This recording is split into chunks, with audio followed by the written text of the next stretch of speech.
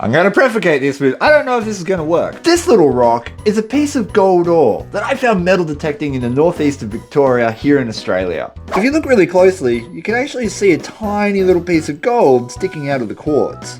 I know there's a lot more gold inside this rock because my metal detector wouldn't be able to pick up such a small piece. And there are two primary ways that people extract gold out of quartz like this, and that is chemical extraction or crushing. Chemical extraction requires you to either use HCl or Albright here in Australia. This is an acid that will slowly dissolve away the silicates, or I use caustic soda. Caustic soda is readily available in most shops, and if you heat caustic soda to 350 degrees, it'll dissolve silicates. And then obviously crushing, where you introduce this to a heavy piece of steel in one form or another, removing the quartz and collecting the gold. Chemical extraction has the benefit of not damaging any of the gold, and that means you get to see the true beautiful structure of how the gold was formed within the rock. But it's chemical extraction and it is rather dangerous. You need to use a lot of PPE like eyewear, gloves, respirators, and then if you spill 350 degree liquid caustic soda on you, you're going to have a bad time. Crushing's, I would say, a little less dangerous. You still need to wear respirators, you still need to wear eye protection, and there's always the risk of cuts and crush injuries. But you also destroy the natural structure of the gold. And I want to preserve that.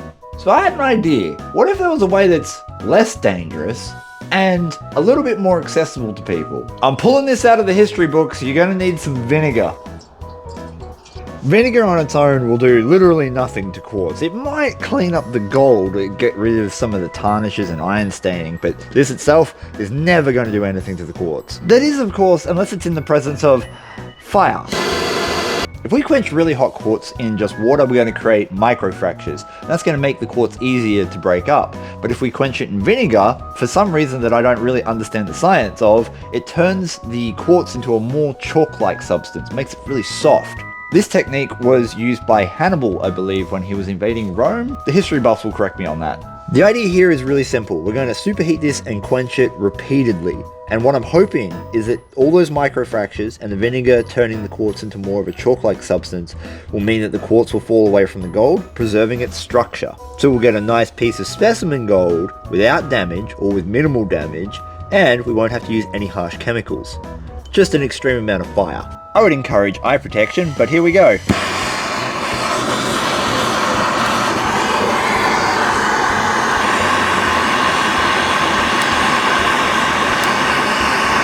Let's find out. Oh, it's already crumbling.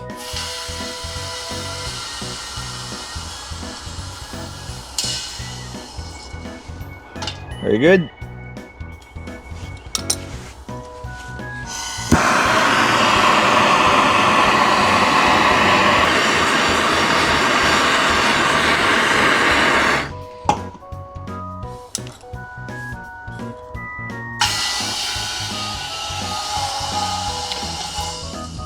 Well, it's falling apart nicely. So maybe. Every single time I'm dropping it in, more and more quartz is falling off. I'm thinking the bit of gold's probably in that big bit. So I'm going to keep working on that, but we should check it first, I suppose. I still can't see any gold in any of the pieces at the moment. That's alright, we know it's in there. We're just going to hit it again.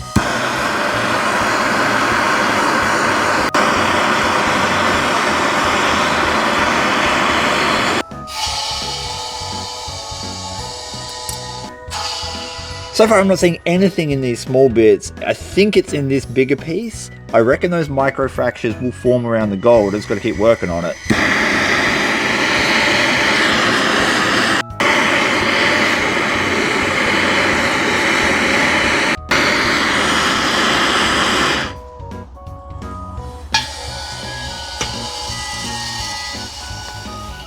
Oh yeah.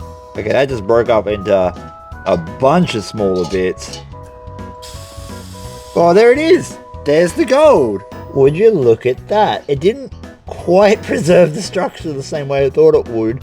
I'm going to hit it again and just see if I can't clean it up. Perhaps this method was just a little bit too rough for those really delicate structures, because you can see these two little tiny pieces here have broken away from the main body. Mind you, the main body of it There is a lovely big chunk of gold in there, and the structure's still okay. It's still good. I'm gonna hit this big one again, see what happens.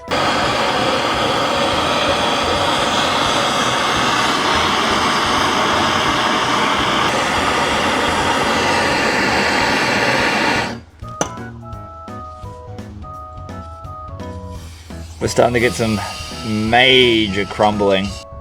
There may be very fine gold locked up in some of those bigger pieces, but for now, there we go. That's what the vinegar does. It just makes it real brittle, super weak.